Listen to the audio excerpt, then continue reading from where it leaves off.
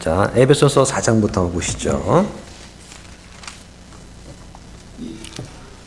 자, 지난 시간에 우리가 에베소서 3장을 했습니다. 3장에서 이방인들의 구원에 관한 신비가 뭐냐, 이걸 공부를 했습니다.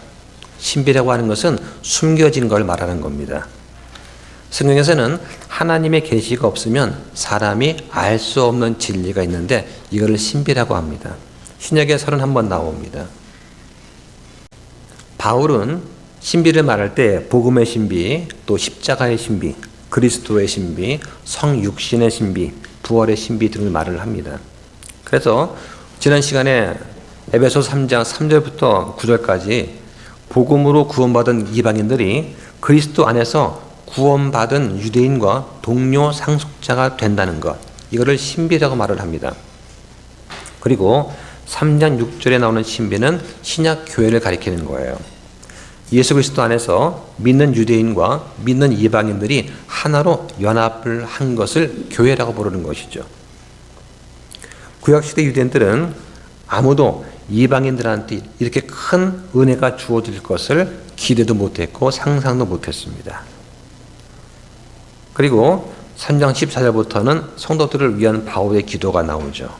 그래서 바울이 에베소 성도들의 속사람을 위해서 기도를 합니다. 그리스도 사랑이 얼마나 크고 넓고 깊고 긴지를 깨닫기를 구하면서 지식을 뛰어넘는 그리스도 사랑을 알기를 원하는 것이죠. 자, 오늘 이제 4장은 뭐냐? 교회의 연합에 대해서 말씀을 합니다. 내용이 좀 길어서 오늘은 1절부터 16절까지만 하려고 합니다. 자, 1절부터 3절까지는 뭐냐? 주님 앞에서 우리가 해야 할 일들이 있다라고 말을 하는 거예요. 자, 1절 한번 보시죠. 그러므로 주의 갇힌 자가 된 내가 너희에게 간청하노니 너희는 너희가 부르심을 받을 때 얻은 소명에 합당하게 걷고. 네, 여기 그러므로라고 시작을 합니다. 너희가 하나님의 은혜로 부르심을 받고 구원을 받았으므로, 그죠? 은혜로 부르심 받고 구원을 받았으니까, 그러므로 주의 갇힌 자 된 내가라는 말은 바울이 주를 위해서 또 이방인들을 위해서 일하다가 옥에 갇히게 되었는데 그러한 자로서 지금 진지하게 말을 하고 있다는 그런 뜻이에요. 이 간청한다는 말은 권위적으로 명령하는 것이 아닙니다. 긍휼의 마음을 가지고 최대한 부드럽게 말을 한다는 뜻이 되겠죠. 바울은 에베소 교인들한테 너희가 부르심 받을 때 얻은 소명에 합당하게 걸어라고 지금 말을 하고 있습니다. 과거 우리가 세상에서 죄의 종이 되어 살고 있었을 때 하나님께서 우리를 불러주셨습니다. 그리고는 우리한테 죄사함과 의롭다 하심을 주셨죠. 이게 바로 구원입니다. 우리는 그 하나님의 부르심이 합당하게 살아야 되는 것이죠. 그래서 부르심, 소명, 영어로 콜링이라고 하는데요. 죄인의 신분에서 하나님의 자녀로 부름받고 구원이 이른 것을 말합니다. 그래서 죄를 멀리하고 경건하고 의롭고 선하게 사는 것, 이걸 말하는 것이죠. 자, 2절 보겠습니다. 모든 겸손과 온유와 오래 참음으로 사랑 안에서 서로 참아주며. 예, 앞에 1절에서 하나님의 부르심에 합당한 삶이 뭐냐, 그것을 설명해 주는 거예요. 겸손과 온유와 오래 참음, 또 사랑 안에서 참아주는 것으로 지금 표현을 하고 있습니다. 자, 여기 모든 겸손이란 말, 모든 면에서 항상 겸손하라는 것이죠. 교회 내에서 많은 문제가 발생할 때 주 원인이 뭐냐? 겸손의 부족이에요. 내가 저 사람보다 더 낫다라고 생각하니까 다른 형제를 비방하게 되는 것입니다. 우리는 과거에 죄로 인해 죽었던 자였습니다. 그리고 하나님의 긍휼과 은혜로 구원받았습니다. 그래서 우리는 자랑할 것이 하나님밖에 없는 것이죠. 우리는 하나님과 사람 앞에서 겸손해야 됩니다. 예수님께서는 나는 마음이 온유하고 겸손하니 나의 멍에를 메고 내게 배우라 라고 하셨습니다.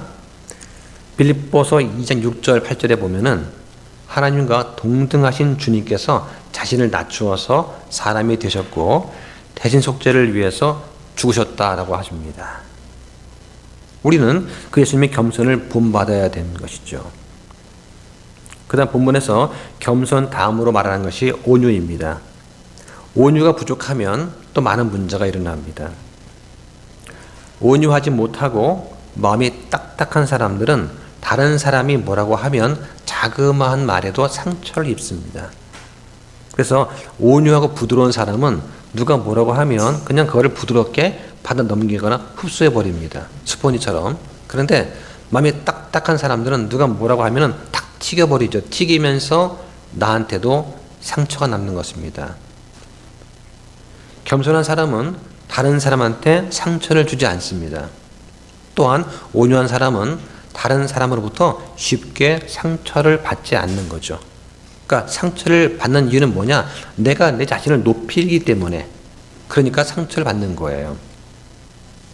또 우리는 오래 참음으로 서로 참아주어야 됩니다.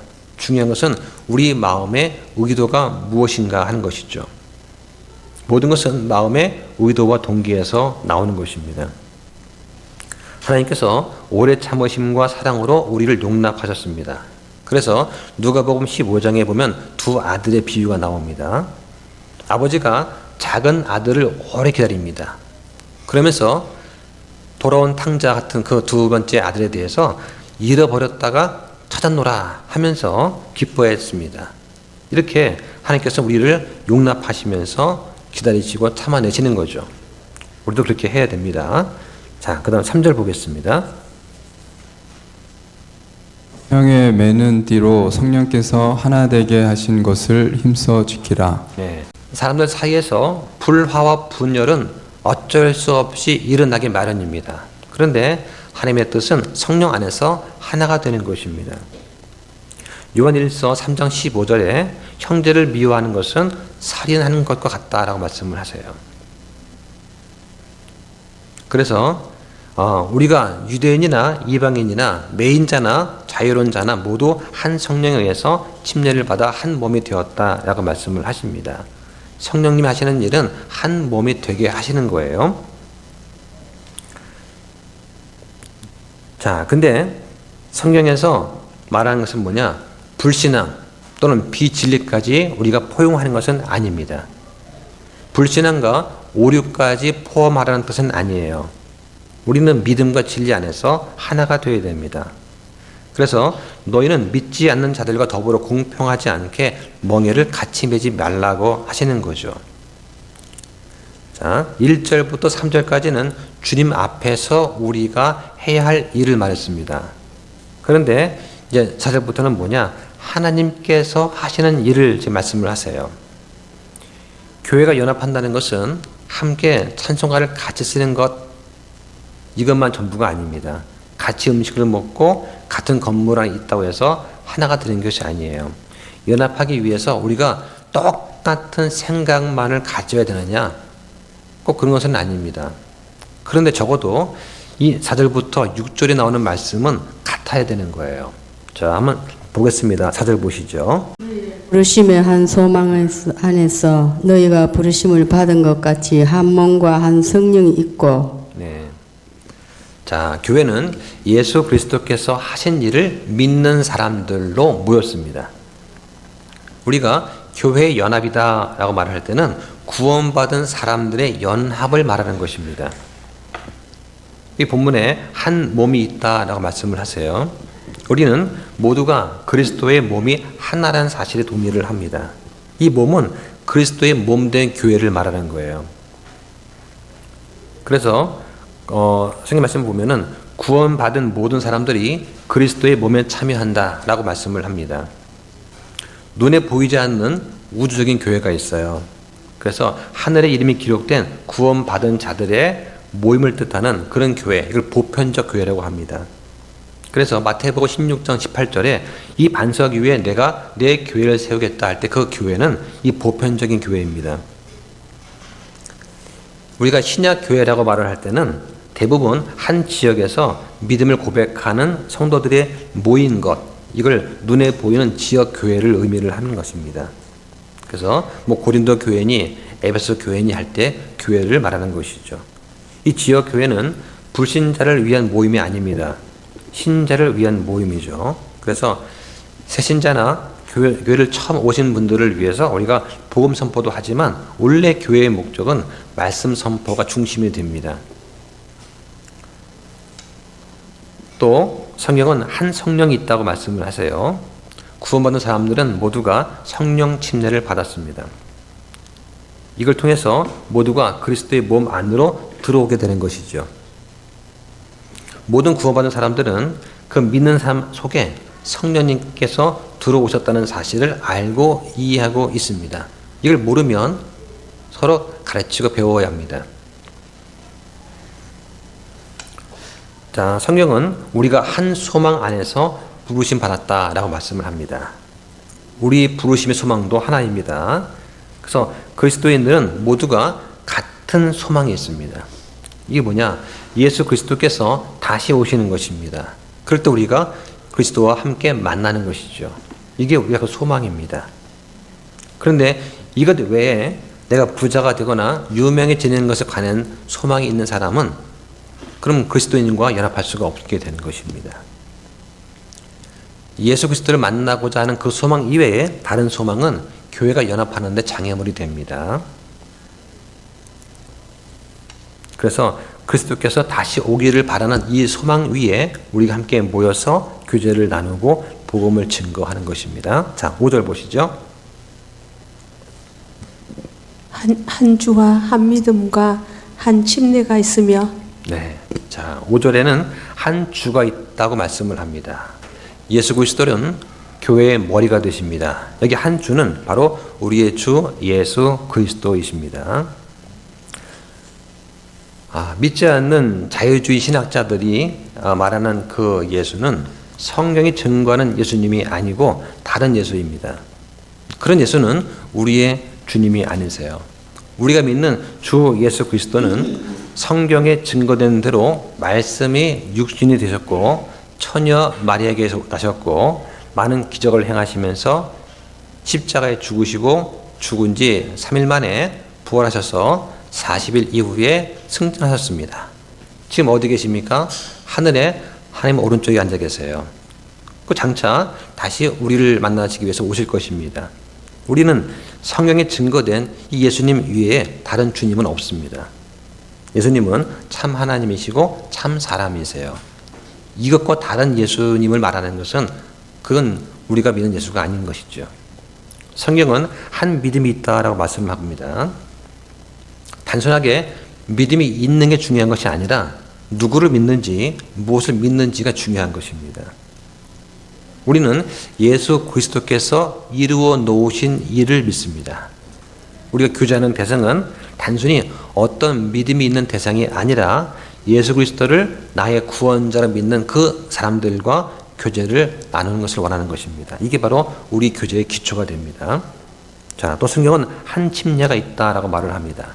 물 침례 주는 방식은 교회마다 다릅니다. 하지만 모두가 동일하게 성령 침례를 받았습니다. 그래서 예수를 믿는 모든 사람들이 동일하게 받는 성령 침례가 있는데 이게 바로 우리가 나누는 교제의 기초가 되는 것입니다.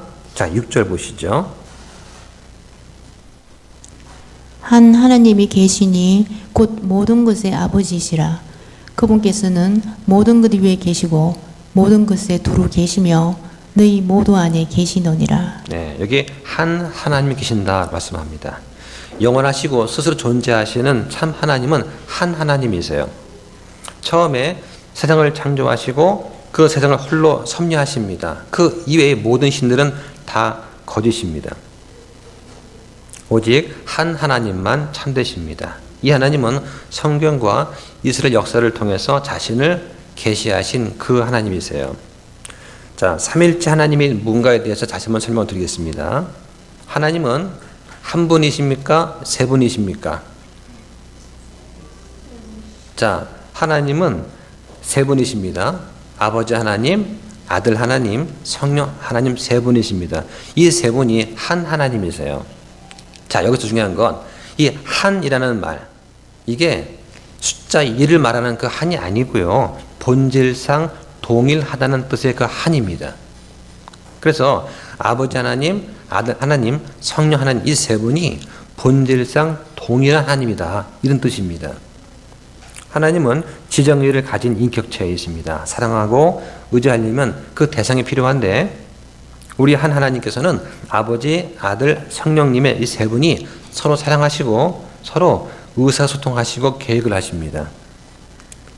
그리고 이 아들 하나님과 성령 하나님은 서로 종속된 관계가 아닙니다. 권위와 영광과 능력과 지성 모든 면에서 다 동등하세요. 다만 사람의 역사와 관련돼서 수행하시는 일이 다를 뿐입니다. 우리 가정의 비유를 하면 남편과 아내와 자식이 있습니다. 우리 하나님께서도 아버지 하나님한테는 아들이 있습니다. 이 아들이 없는 신은 가짜예요. 대표적인 게 이슬람의 알라입니다. 이슬람교가 가장 미워하는 교리는 뭐냐? 아들이 있다는 거예요. 그래서 구약성경에 분명히 기록되어 있습니다. 잠언 30장 4절에 내가 말할 수 있거든 그분의 이름은 무엇이며 그분의 아들의 이름은 무엇이냐. 아버지를 안다고 하면서 그 아들을 모르면 가짜입니다. 그래서 아버지께서는 모든 것을 아들한테 넘겨주셨습니다. 요한일서 5장 12절에 아들이 있는 자에게는 생명이 있고 하나님의 아들이 없는 자에게는 생명이 없다라고 말씀을 하세요.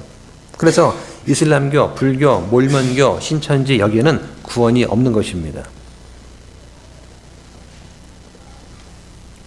예수님께서는 아들 하나님이십니다. 왜냐하면 성령님에게서 태어났다는 그 측면에서 하나님의 아들이세요.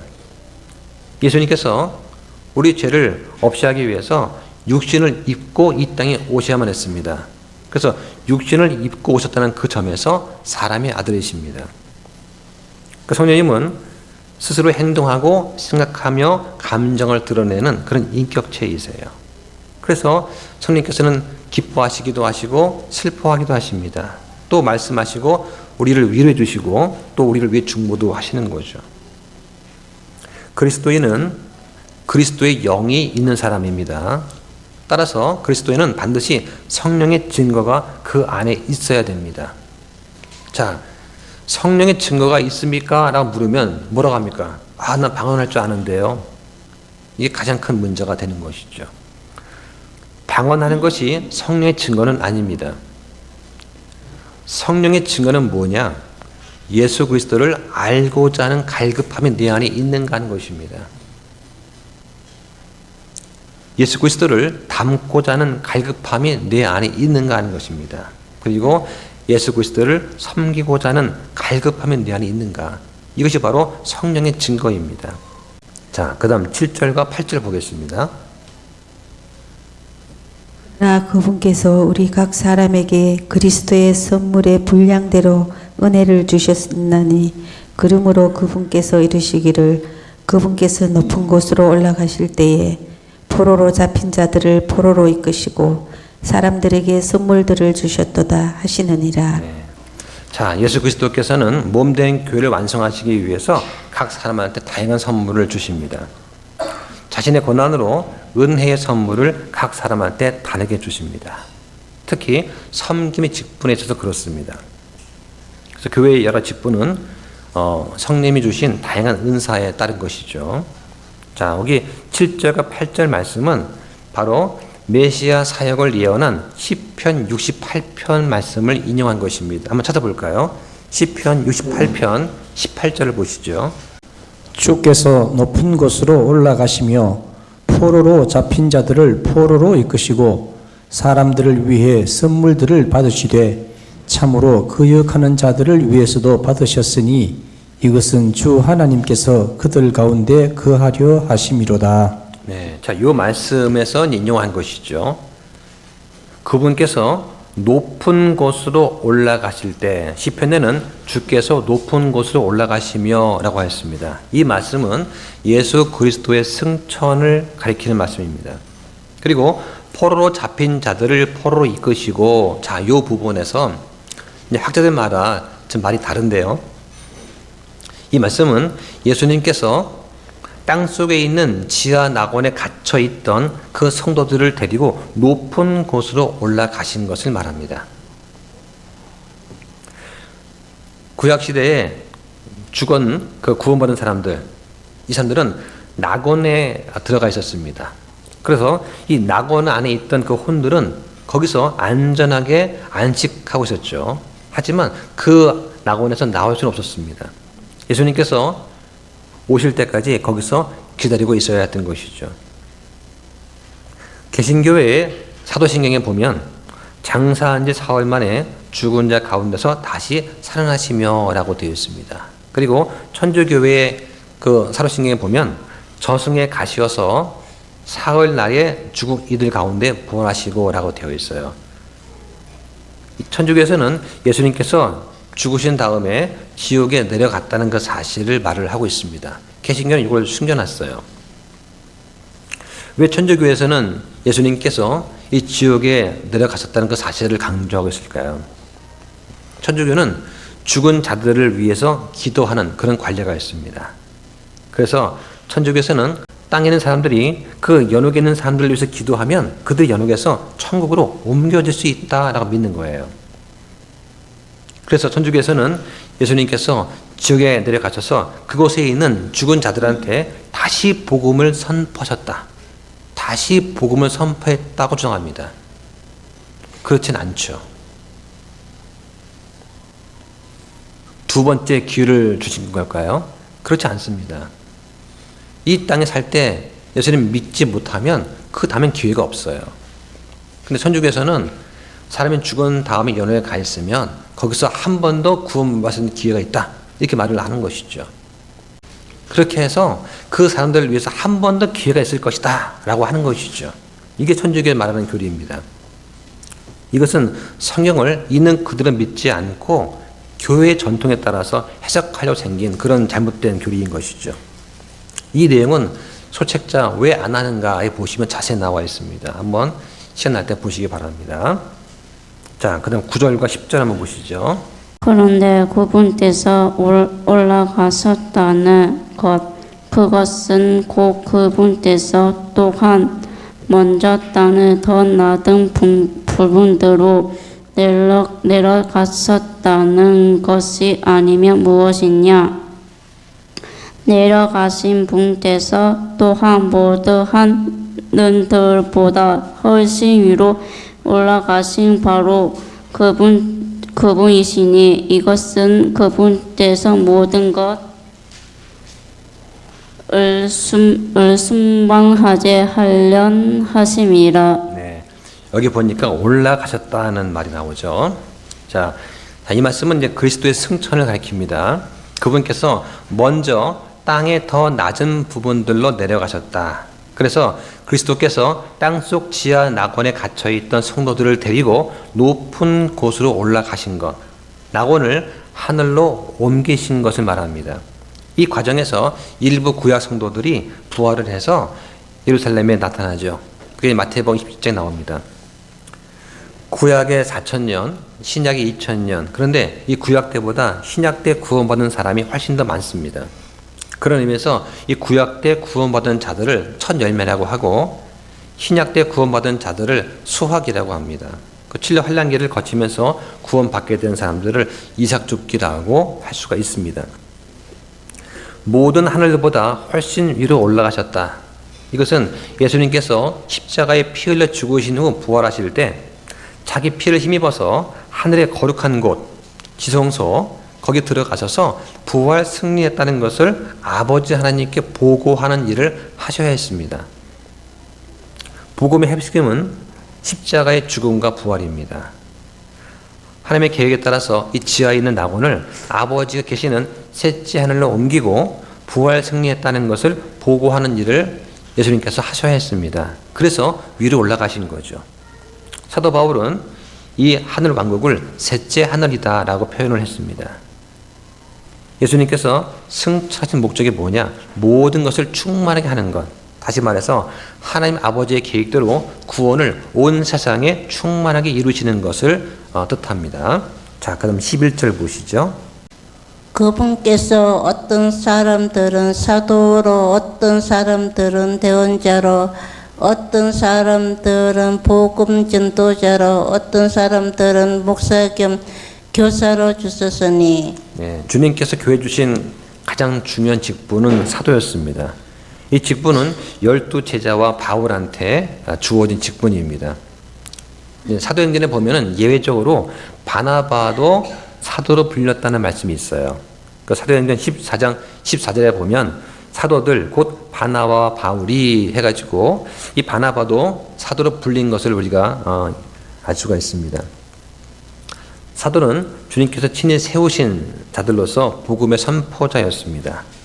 신약 시대의 대원자는 이 사도처럼 복음 진리의 계시와 은혜를 받은 그런 직분이죠. 이 대언자의 사역은 미래 예언보다 현재의 교리를 가르치는 것이 주 역할이었습니다. 사도 바울은 이 사도와 더불어 신약 시대의 대언자들을 교회 기초라고 불렀습니다. 복음 전도자가 누구냐?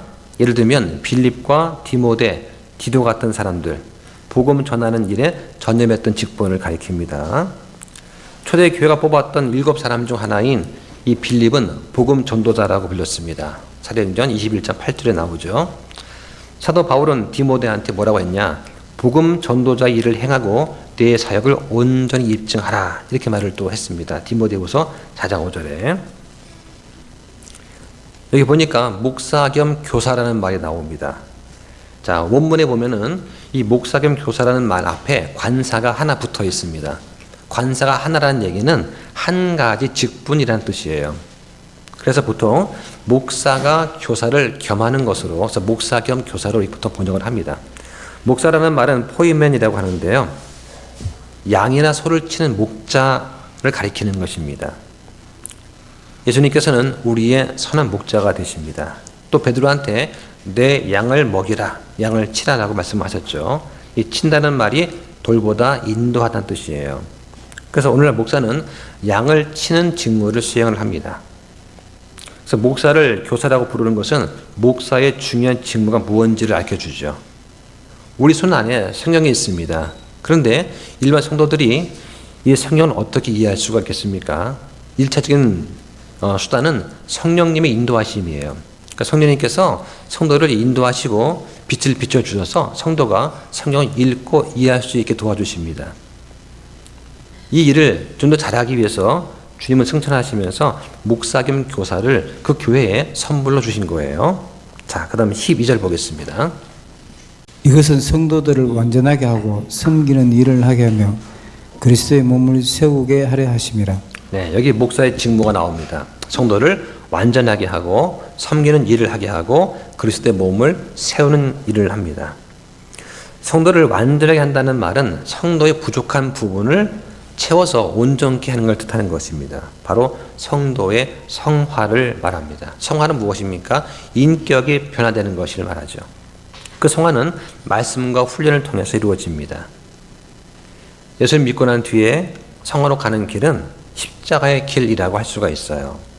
그리고 그 이후에 영광이 있다라고 성경 말씀을 합니다.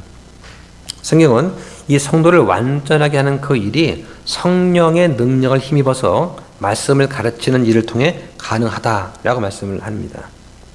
그리고 설교와 성경 공부가 이 사람을 완전케 하는 하나의 방법이다라고 이제 믿는 것이죠.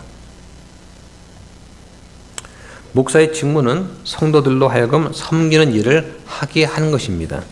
성도들이 완전하게 되면, 즉 말씀을 통해서 인격이 변화가 되고 성화가 되면 자연히 섬기는 일을 하게 됩니다. 하나님께서는 죄인들을 구원하시고 그들을 완전케 하고 여러 가지 일들에 쓰시기를 원하시죠. 그래서 교회는 여러 가지 섬김의 일이 필요합니다.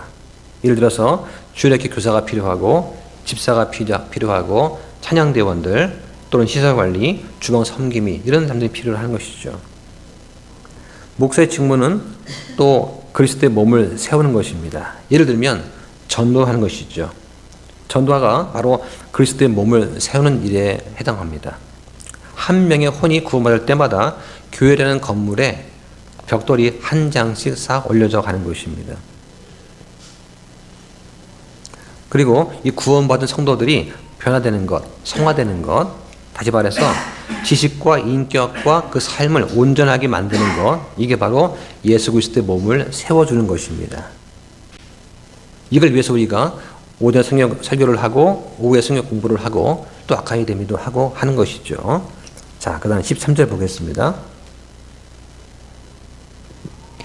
이로써 마침내 우리가 다 믿음과 하나님의 아들을 아는 일에 하나가 되어 완전한 사람에 도달하며 그리스도의 충만하심에 장성한 분량에 이르리니. 네, 여기서 읽으면서 완전한 사람에 도달하며 이 말씀이 잘 이해가 되십니까?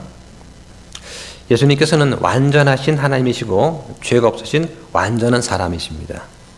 그리스도인은 예수님을 따라서 완전함에 도달해야 됩니다. 여기서 말하는 완전한 사람이라는 것은 죄가 전혀 없는 사람을 말하는 것이 아닙니다. 이건 사람으로서 완전을 말하는 거예요. 그러면 완전한 사람은 어떤 사람이냐? 성경은 하나님을 사랑하면서 사람을 사랑할 줄 아는 사람을 완전한 사람이라고 봅니다. 그리고 말에 실수하지 않는 사람을 완전한 사람이다 라고 야고보서 3장 2절에 말씀을 합니다. 교회 전체가 믿음과 하나님의 아들을 아는 일에 하나가 되어서 완전한 사람이 되는 것, 이게 바로 교회의 목표고 또 목회의 목표가 될 수 있습니다. 그러기 위해서 우리는 바른 교리, 말씀을 계속해서 가르치고 배우는 것입니다. 자, 14절 보시죠. 이것은 우리가 이제부터 더 이상 아이가 되지 아니하여 사람들의 속임수와 본래 숨어서 속이려 하는 자들을 사용하는 강교한 술수에 의해 교리의 모든 바람에 이리저리 흔들려 밀려다니지 아니하고. 교인들한테 바른 말씀과 교리가 왜 필요한가? 바로 세상에 있는 모든 잘못된 교리의 풍조에 밀려서 유동치 않게 하는 것입니다. 과거에 우리는 어린 아이들처럼 사람들의 속임수와 간교한 술수에 빠져서 방황한 적이 있었습니다. 어리석은 사람들은 자신들도 속고 다른 사람들도 속입니다. 지금 우리는 하나님께 돌아왔습니다. 따라서 사람들의 이런 교리들과 간교한 술수에 흔들려서 방황하면 안 되겠습니다. 그래서 이 구원받은 사람들의 모임인 이 신약 교회는 바른 말씀과 교리가 가장 필요한 것입니다. 자, 15절 보시죠. 오히려 사랑 안에서 진리를 말하며 모든 일에 성장하여 그분께 다다르게 하려 함이라. 그분은 머리시니 곧 그리스도시니라. 예, 진리를 말한다는 그 말은 참된 말을 한다는 뜻입니다. 사랑 안에서 진리를 말하라는 것은 바로 완전하게 되는 방법을 보여줍니다. 사랑과 진리는 하나님과 예수 그리스도의 성품입니다. 그리고 하나님의 형상으로 지음받은 우리 사람도 갖고 있던 원래 성품이에요.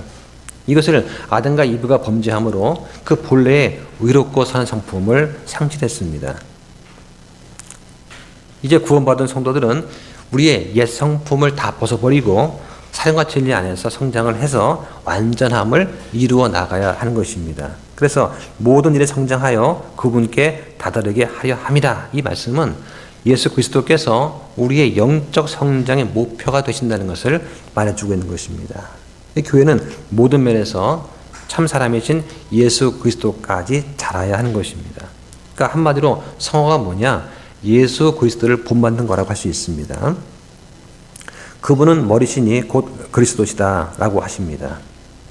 머리는 몸을 자라게 하는 데서 아주 필수적인 부분입니다. 예수님은 우리의 건전한 머리가 되십니다. 그러니까 우리가 그분의 몸된 교회가 정상적인 상태에 있다면 우리 몸된 교회는 그리스도를 통해서 자라서 온전케 될 수가 있습니다. 자, 16절 보시죠. 그분으로 말미암아 온 몸은 각 부분이 분량대로 효력 있게 일함에 따라 모든 마디가 공급하는 것에 의해 꼭 맞게 함께 결합되고 꽉 차서 그 몸을 자라게 하여 사랑 안에서 스스로 세우느니라. 예. 자, 12절의 마지막 보면은 그리스도의 몸을 세운다라고 했습니다. 13절에서는 결국 하나가 돼서 완전한 삶이 이른다라고 했습니다. 그래서 예수 그리스도를 머리로 삼는 주님의 몸된 교회가 한 사람이고 완전한 사람인 것입니다. 14절에서는 목사김 교사를 통해서 영적 성장을 이루고 섬기는 삶이 이루어집니다. 그리고 16절에 가서 보면은 우리 각자 안엔 이 예수님의 생명이 있습니다. 그래서 언뜻 보면은 무리수한 것처럼 보이지만 결국 사랑 안에서 몸된 교회가 스스로 세워져 간다라는 말씀을 하시는 거예요. 사도는 기초를 놓았습니다. 그러니까 복음 전도자가 복음을 전하고 교회를 세웁니다. 대언자는 성도들을 위해서 기초에 계속 거하도록 독려하는 것입니다. 목사와 교사는 그 기초 위에 선 자들이 영적 성장을 위해서 도와주는 것이죠. 지금 사도와 대언자는 없습니다. 그렇죠? 하지만 복음 전도자와 목사 겸 교사는 지금도 존재를 합니다. 그래서 목사 겸 교사는 교회가 영적 성장할 수 있도록 돕는 그런 사람이다. 그러면서 여러분이 그리스도인으로서 성장할 수 있는 방법은 한 가지밖에 없습니다. 바로 하나님의 말씀을 배우는 것입니다. 도움이 되는 경건서도 많이 읽어야 됩니다. 말씀을 배우지 않고서는 영적으로 성장할 수가 없습니다. 말씀을 열심히 많이 배울수록 그만큼 더 영적으로 빠르게 성장할 수가 있습니다. 성장하는 것은 간단한 문제입니다. 아마 아카데미 하시는 분들은 아실 겁니다. 말씀을 공부하고 아는 만큼 보입니다. 그러니까 말씀을 아는 만큼 우리를 향하신 그 주의 사랑을 잘 깨닫게 됩니다. 그리고 말씀을 배울수록 교회가 얼마나 소중한지 또 형제 자매가 얼마나 소중한지도 알게 되는 것이죠. 이건 성장했다는 것을 뜻하는 것입니다. 자, 오늘 여기까지 하고 나머지는 다음 주에 하도록 하겠습니다. 자, 기도 마치겠습니다.